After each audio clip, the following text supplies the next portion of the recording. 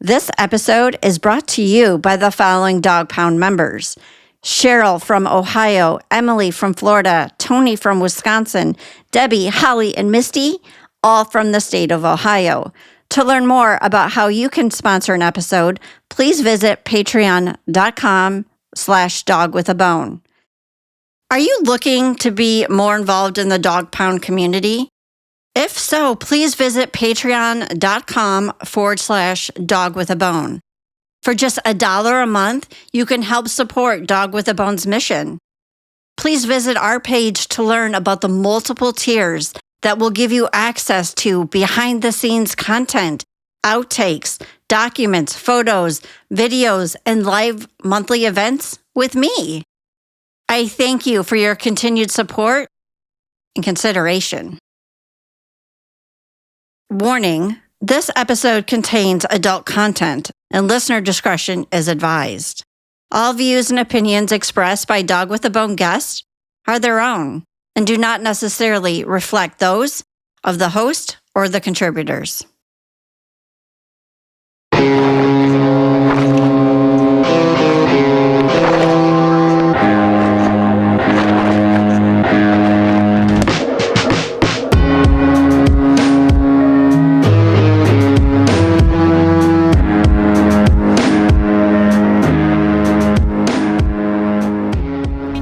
Everyone, and welcome back to Dog with a Bone. If you have not already, please join our Dog with a Bone discussion Facebook page, where you can meet other listeners and discuss the episodes as we move through the season. There will be a ton to talk about. Also, if you haven't already, don't forget to subscribe to Dog with a Bone on Spotify or wherever you listen, so you get notified when episodes are released.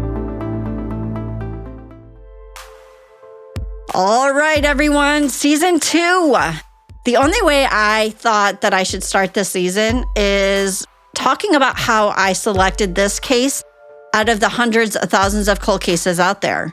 When I asked you all for submissions for season 2, you did not disappoint.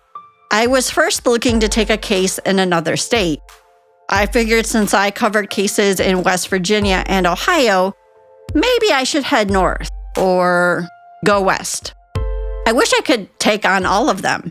But the case I found was after reading an article written by Ava from NBC News out of Columbus, Ohio. Ava had covered Bernie's case, and I was reading a story where she covered details of an unsolved murder of an 8-year-old girl. Her name? Mackenzie Branham. Mackenzie lived in Jeffersonville, Ohio, and was murdered in April of 2006. I quickly gathered as much information as I could on her case. And then I had to have an honest conversation with myself. I was anxious, afraid, and not confident that I would be able to investigate a child's murder. This is not something I ever thought I would be able to do. Investigating a child's murder compared to that of an adult is on a whole other level, let me tell you. As a mother myself, many questions were spiraling about how could I separate my emotions from this investigation? Could I be objective? Would I be able to view the autopsy photos, crime scene photos, and read reports on what happened to this little girl? But the other thing I had to consider was all of you. Would you all be able to listen to the murder of a child, to listen to the investigation, to dig with me? These are things that I had to question and really think hard about. And this is one of the crucial parts of any investigation is your mindset before going in. But like I've said before, cases choose you. I truly believe, again, that Mackenzie chose me and us to be her voice, to uncover the truth once and for all. Not to mention, when I saw her sweet, innocent 8-year-old face smiling back at me, I could not walk away from her. I couldn't do it. I knew from that moment I had to take her case. I needed to be her voice and let the world know that someone so horrific decided to set a house fire and let her die trapped inside. Who does that? Monsters, that's who.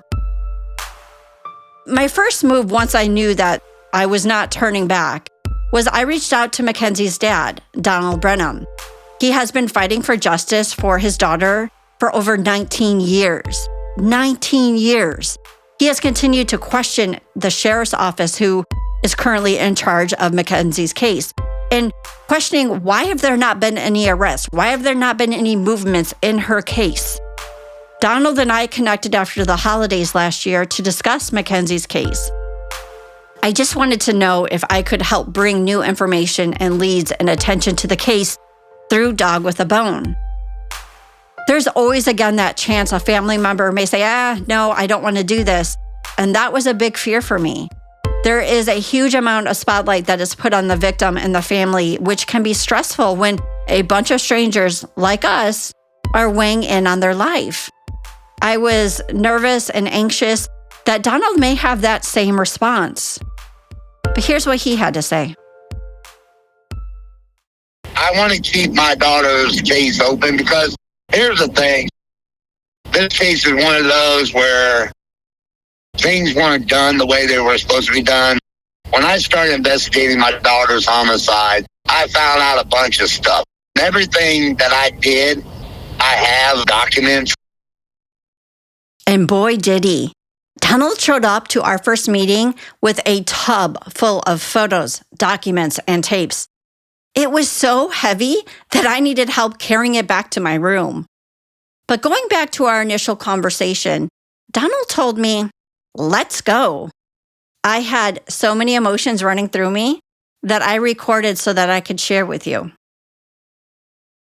I am actually tearing up because when I first heard about it, I knew I wanted it. I knew there was something about Mackenzie that I just felt I needed to take it.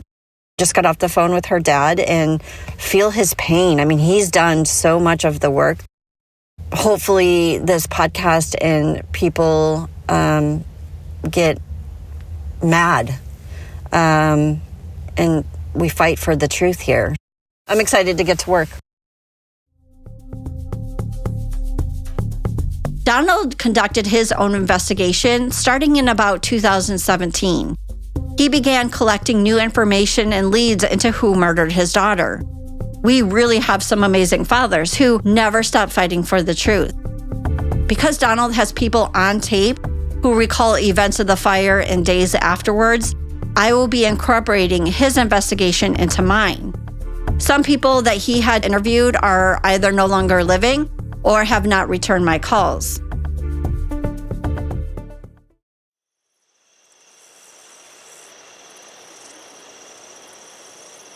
Let me take you back to April 27th, 2006. There was a chill in the air with temps in the low 40s at around 1:30 a.m. It was your typical early April night. The day started off warm, but as the sun faded, so did the temperature. The sky was clear to see the stars, and the fresh smell of spring was in the air. But in 10 minutes, this would all change. A call was placed into 911 at 1:51 a.m.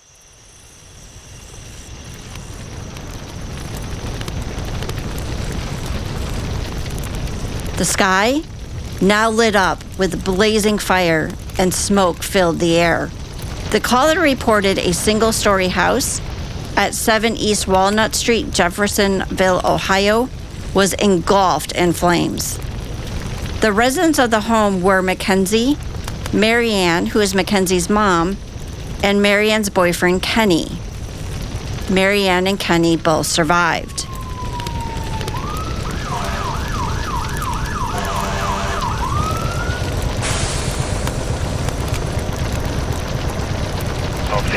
When the fire department arrived in 10 to 15 minutes after the 911 call, the front of the house had already collapsed, and the fire had made its way through the house.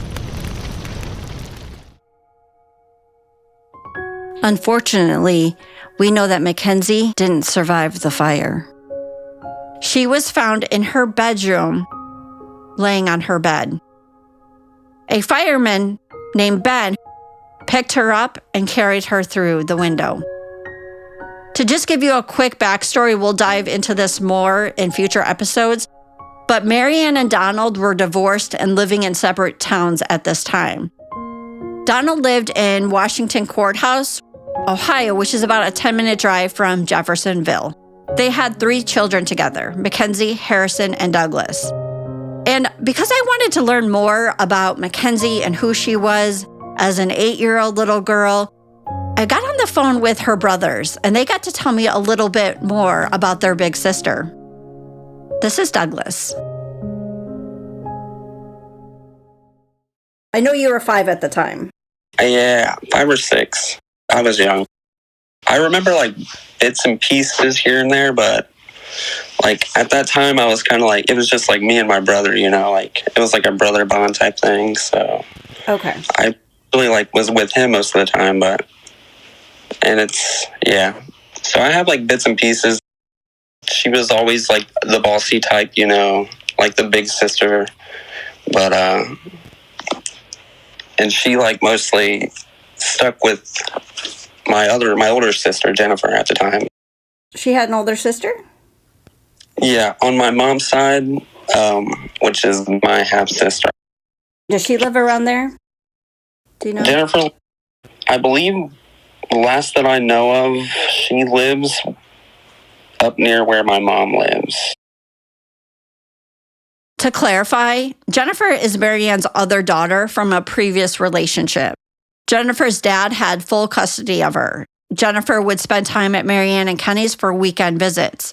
I have tried to locate and speak with Jennifer and her dad, but unfortunately haven't been able to make contact.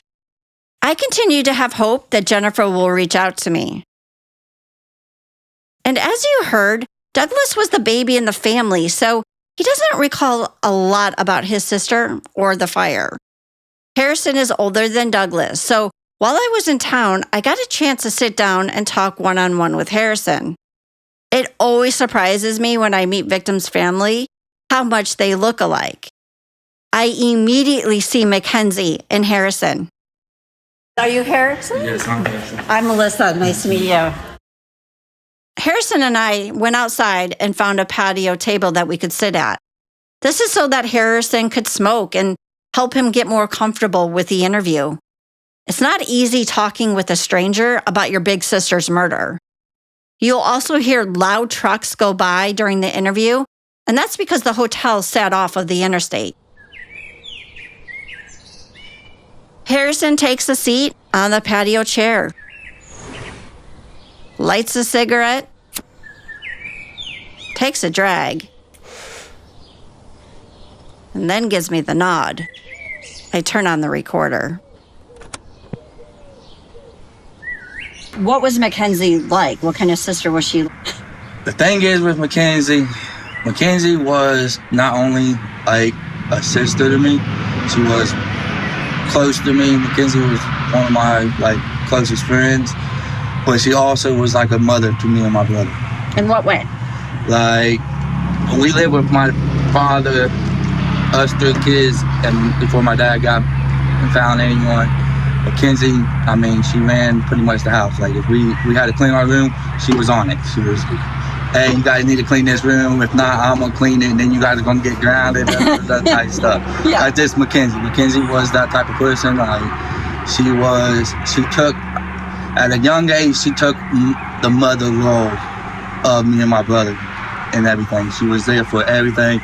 Anything to do with school, anything. We had a problem, we went to Mackenzie. That was our person who we would go to. Like, Mackenzie was close with me and my brother. Can you all just picture this? I can. Like, Mackenzie tells her brothers, and how many of you have probably done this, right? Listen here, I will clean this up, but then you will both get grounded. I absolutely love it. Like, it's such a classic big sister move. But I have to say, even in these funny memories, they come and go as quickly as they arrived. The mood suddenly shifts, and Harrison adjusts himself in his seat like he knows he needs to get comfortable for what's to come. He picks up another cigarette and lights it. He then tells me about the impact that Mackenzie's murder has had on him. I ain't gonna lie, once my sister passed, once I started getting older, I figured instead of opening up, I went into smoking weed and trying to find something to cover up my pain. And I let a lot of my past go to keep moving forward instead of always being held and behind because of my past. Yeah, and that makes sense. You know, that's kind of a survivor mode at that point. It is really not uncommon to turn to drugs and alcohol to help someone numb the pain experienced from trauma. Both boys were exposed to and questioning what happened, who's responsible, and all the whys. This trauma has carried over into their adult life. Would they have had a different life if this didn't happen? Would they have made different decisions? My guess? 1,000%. I asked Harrison what he thought of the investigation. I'm glad that someone finally is starting to look back into it and try to get it back out there. I mean, we're going on 19 years now. Yeah, too long. So, too long. I went from being a little kid to now adult. When Harrison and I return from outside, Donald is waiting for me inside the lobby. Let's go meet Mackenzie's dad. Hi. Well, hello. You must be Rick. Hi. You are probably wondering, who is Rick? So Donald is known by two names. Donald for those who don't really know him, and Rick to those who he considers close. You will hear me interchange his name. Donald is large in stature and has this walk or presence of, he means business. Donald is someone I wouldn't want to cross. Maybe that's why he was a bouncer in his younger days. Donald will tell you he doesn't take shit from anyone. Everyone puts pants on the same way he does, he tells me, even the cops. Donald appears as he's always ready for a brawl, if needed, even when he wears his pink dog with a bone shirt. Donald looks around the lobby, scopes it out. He tells me over and over again, everyone knows him. Not everyone likes him because, as he tells me, quote, my loud mouth, but I don't care. I'm fighting for my daughter, end quote. And I couldn't disagree. We sit down at the hotel table after he takes a quick smoke break. He then begins pulling things out of this massive tub. He wants to show me all that he has gathered over the years, which is a lot. I do want to point out that you will get to know Donald throughout the season. You will discover he really is one of a kind, and you'll understand more later why. This will probably come as no surprise to you, but when we sit down to discuss Mackenzie's case, Donald jumps right into the murder, the details, the persons of interest, the sheriff's office, the investigators. Knowing Donald was more comfortable in this space of details of the crime, it took me a while until I felt that he was ready to discuss not just what happened to his daughter, but who was his daughter? Who was Mackenzie? And what does he remember and miss about his daughter? I knew I was going to open up a wound where a scar was left on his memory, and this had to be handled so carefully on my end. I had to prepare Donald ahead of time. I said, Donald, we're going there today. I had to let him know that this was going to be the interview. Donald focuses so much on the crime, not the feelings, not the emptiness and sadness that fills him. It can and has been debilitating for him, which is why he doesn't allow himself to sit in this space for very long. This is how he's learned to survive and continue the fight for Mackenzie, is by not staying in this space. And as you will find out, Mackenzie was a daddy's girl. Tell me about Mackenzie as a baby. So she was your second girl, correct? Right. Okay, so you had another girl, and then Mackenzie came, and you have 3 children with Marianne. Right. Mackenzie is the oldest? Yes. Tell me a little bit about when you found out you were having another girl. I was excited. Who picked out the name? I did. You did? Why? Does Mackenzie have some special meaning to you? Well, we didn't know at the time what we were having. So when I picked out the name, I wanted a name that where it became out a boy or a girl.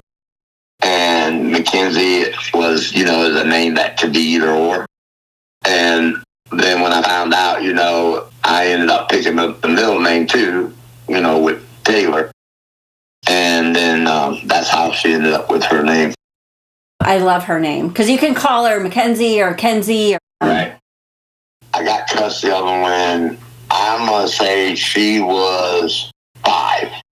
She was 5 and living with you. How would you describe Mackenzie? Warm, happy, outgoing, would do anything for anybody. She, like I said before, she was always the type that if a kid at school was being picked on, she became friends with the kid that was being picked on. That's how she was. I mean, she had no enemies whatsoever. I mean, after Mackenzie passed, I found out, later on, all the friends that, knew her. And like I said before, that when she passed, the kids put a poster up in a hallway, and they were taped quarters on the paper. And I asked the guy that took the paper down after what was up with the money, and he said that Mackenzie always gave money to kids that couldn't have money to buy lunch at school. Wow. And Mackenzie always borrowed money from me. Like, she would always come to my work and say, "Dad, I need this, I need that," And sometimes it was Mackenzie getting the money to help, other kids. Mackenzie had a very sweet soul, yet she was very feisty. She's pretty spunky, right? Yes, Mackenzie didn't hold back nothing. Mackenzie was the type that she would lie and say she did it just so that her brothers would not get in trouble.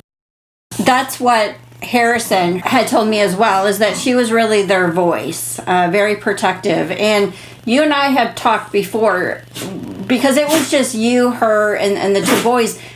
Mackenzie became like a mother figure very early on. She grew up very quick. Yeah. When it was all of us, I remember I worked 2 jobs. And so she would help, at the house. Like, she cleaned, she helped cook.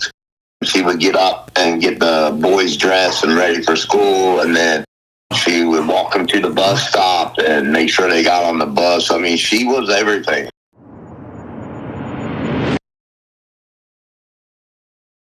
Was Mackenzie a daddy's girl?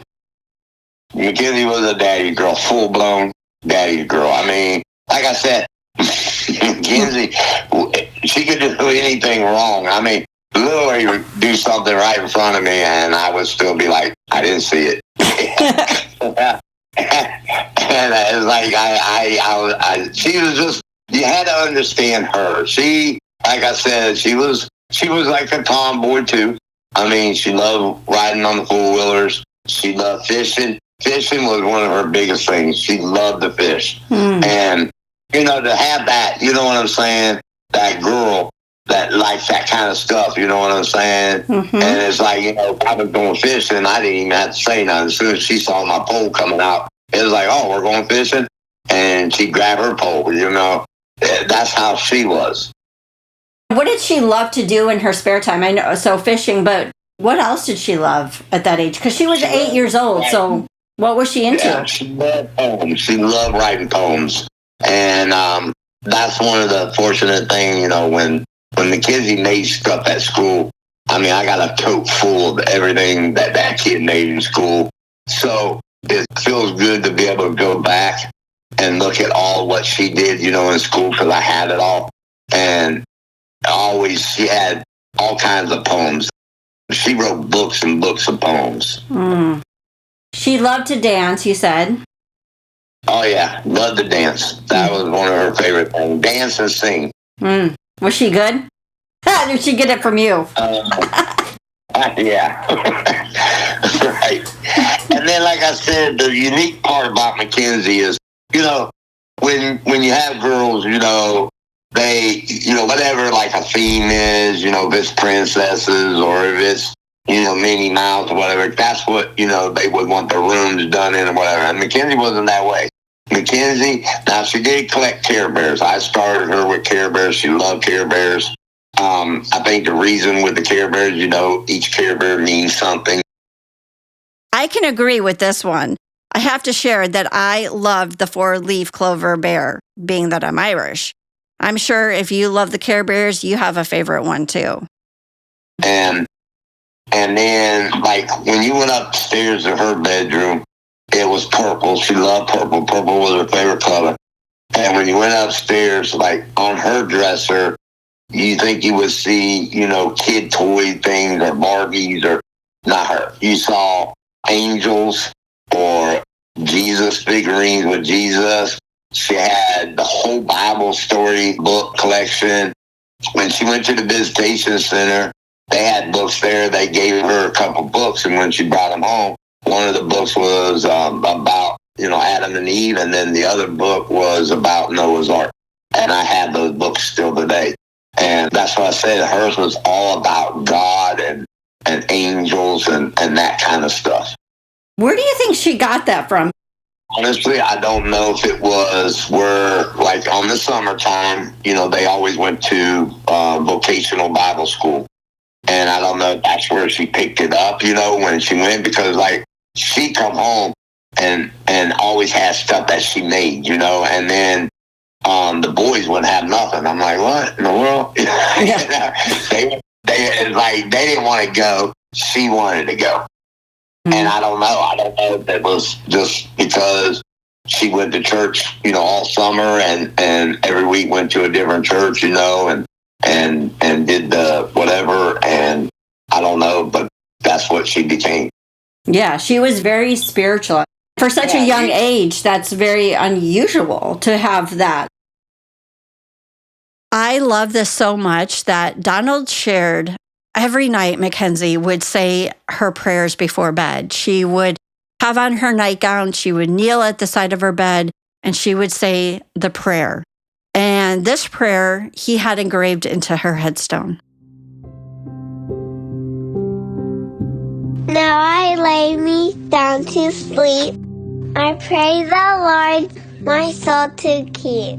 Angels watch me through the night and wake me with the morning light. Amen.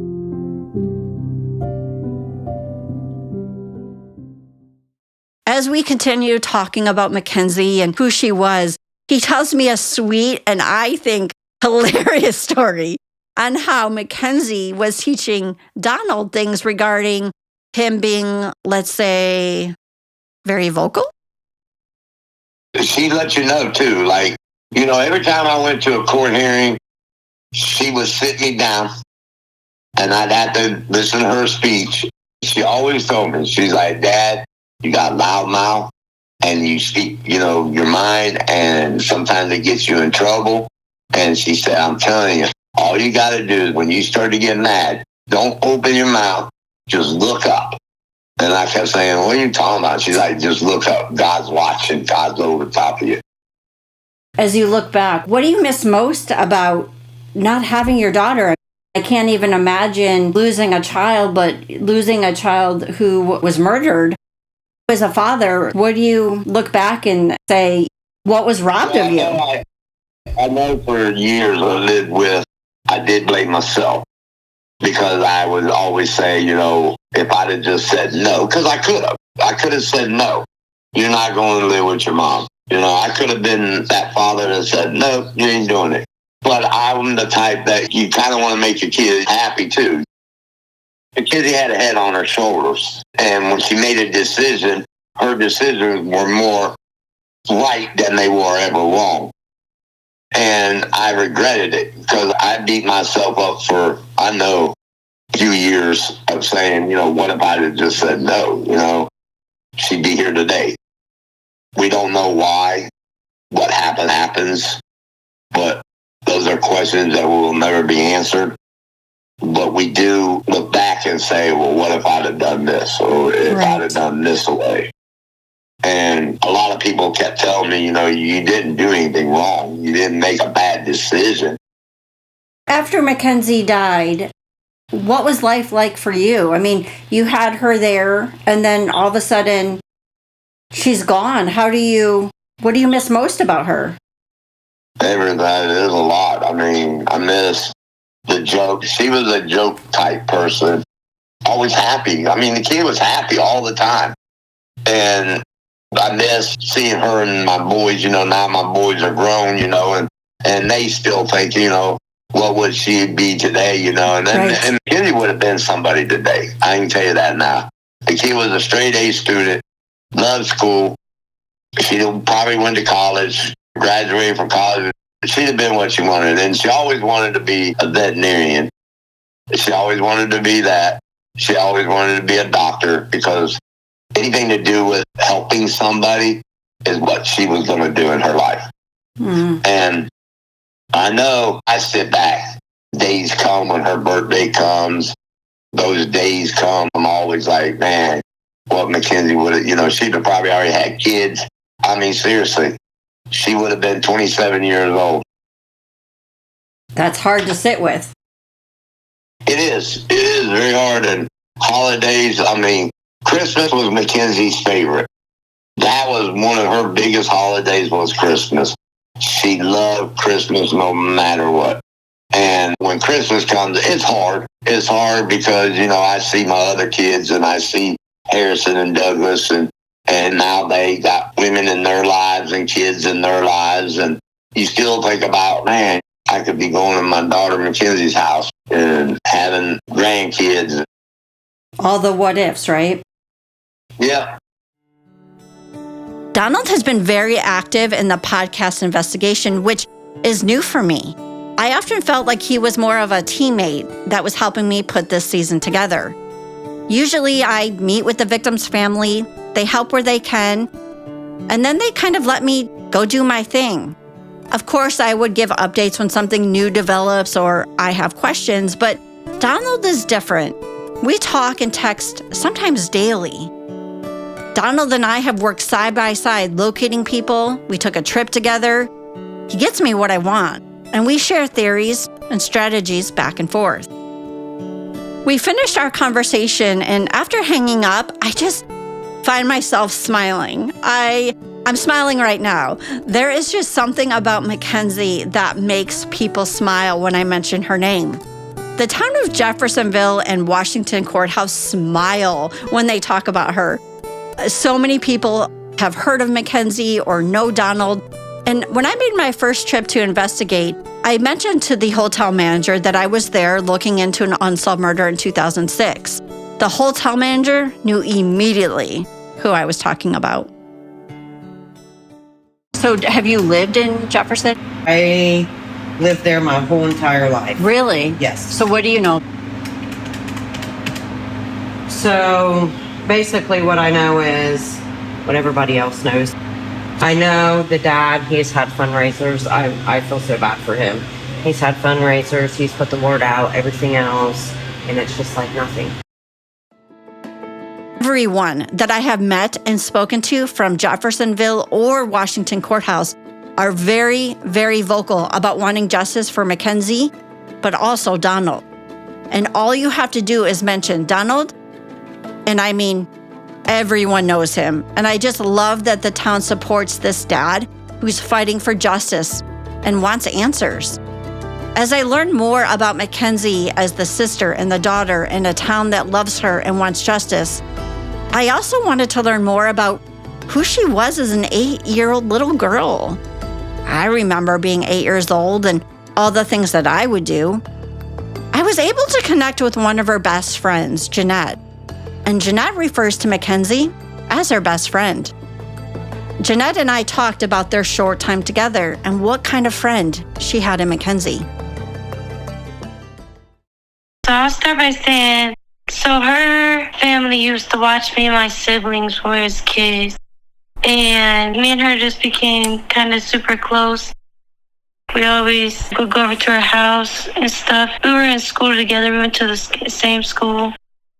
You grew up with her. You're very close with her. Would you say you were best friends? Yeah. What kind of friend was she? What was she like? She was nice. She was like my best friend for real. It was weird. It was like a different type of bond. A couple days before she passed away, I went up to her and I just kept hugging her. She's one of them people you just feel like you gotta hug all the time. She just super nice. We just had fun together. We were always playful, joyful. Yeah. I heard she had a great personality. She was a little spitfire. Yes. When you heard Mackenzie had died in the fire, being a little girl yourself, I didn't believe it.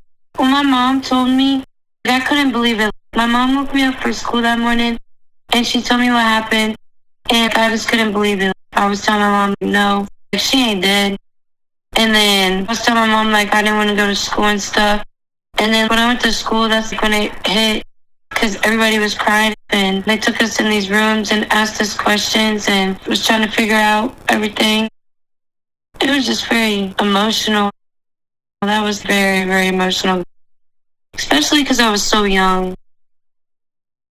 we wrap up our conversation, and Jeanette echoes what I continue to hear from the beginning from anyone who knew Mackenzie. Well, I'm excited. Hopefully we figure something out and find out what happened. All right, I know it. I hear you screaming it. I can hear you. I can hear you. You're probably all saying, Melissa, we have heard from Mackenzie's brothers, her dad, her best friend, someone from the community. Where the heck is Mackenzie's mom and her boyfriend? What does Marianne and Kenny have to say since they were also in the home? Well, all right, here we go. We're going to try Marianne. Again.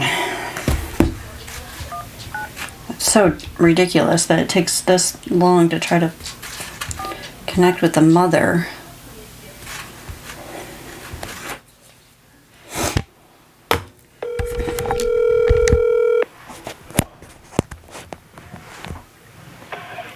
Hello? Hi, is this Marianne?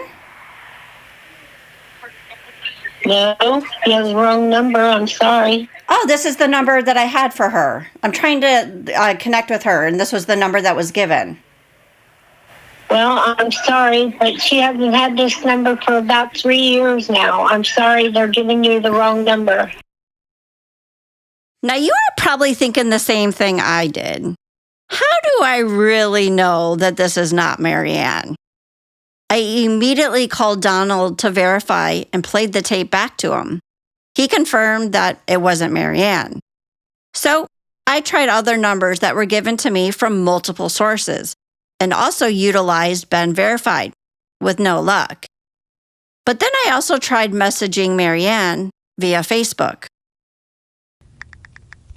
Hi, Mary. My name is Melissa, and I'm a civil investigator who brings cold cases back into light for new leads and information using podcasts.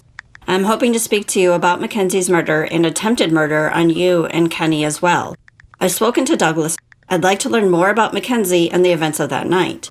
Let me know when you're available to talk. Thank you. No response. I continued to try to reach Marianne and Kenny through family and friends. The good news?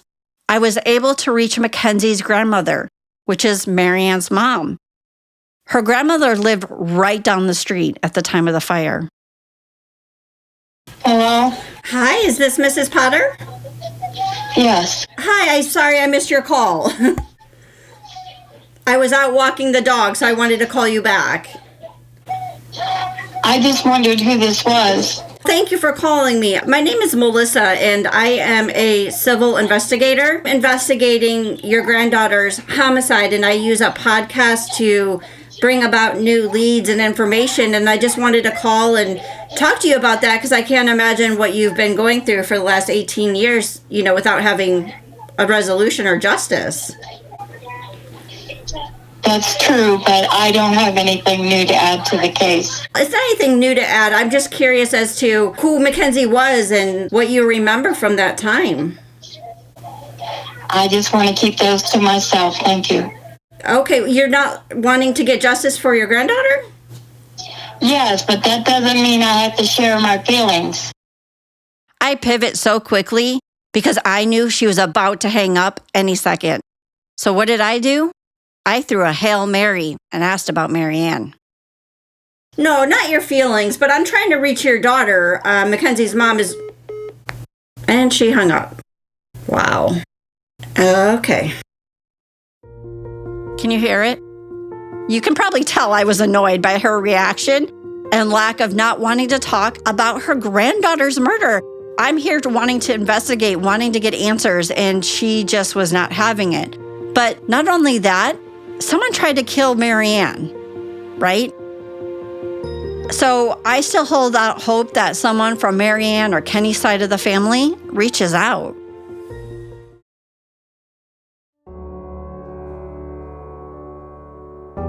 I know what a lot of you are already thinking. You think that this case you already have figured out. And I will tell you this. We have only scratched the top layer of this massive hole that is Mackenzie's case. And the bone at the bottom is the truth. And for 19 years, people have been shoveling their shit on this hole, covering things up, covering up mistakes, covering up a ton of stuff. And they have forgotten about the 8-year-old behind all of this. So get ready, pick up a shovel, and join me as we uncover the skeletons in this case. And you won't believe what we find.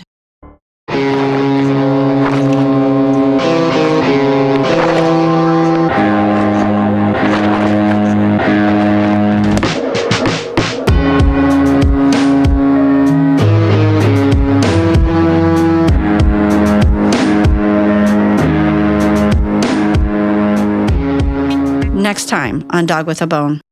So we entered, went left, hit a bed, found her on the bed. Okay. And could you see it all, or is No, this 100% no. She's feeling. just feeling around? Did you know she was dead when you grabbed her? I mean, I wouldn't say dead. I'm not really. You were kind of hopeful? I guess. You always are. Did her mom or anyone go with Mackenzie? No. Her mother and I believe it was her boyfriend that was living there with her. Yes. They had left the scene. We never even spoke to them. They were gone by the time we got on scene. What? Dog with a Bone is hosted by Melissa Sandberg, investigated, produced, and written by Melissa Sandberg. Additional writing by Caitlin Sandberg. Edited by Jason Sandberg. Theme music by Alex Yukich. Dog with a Bone is a Sasquatch production.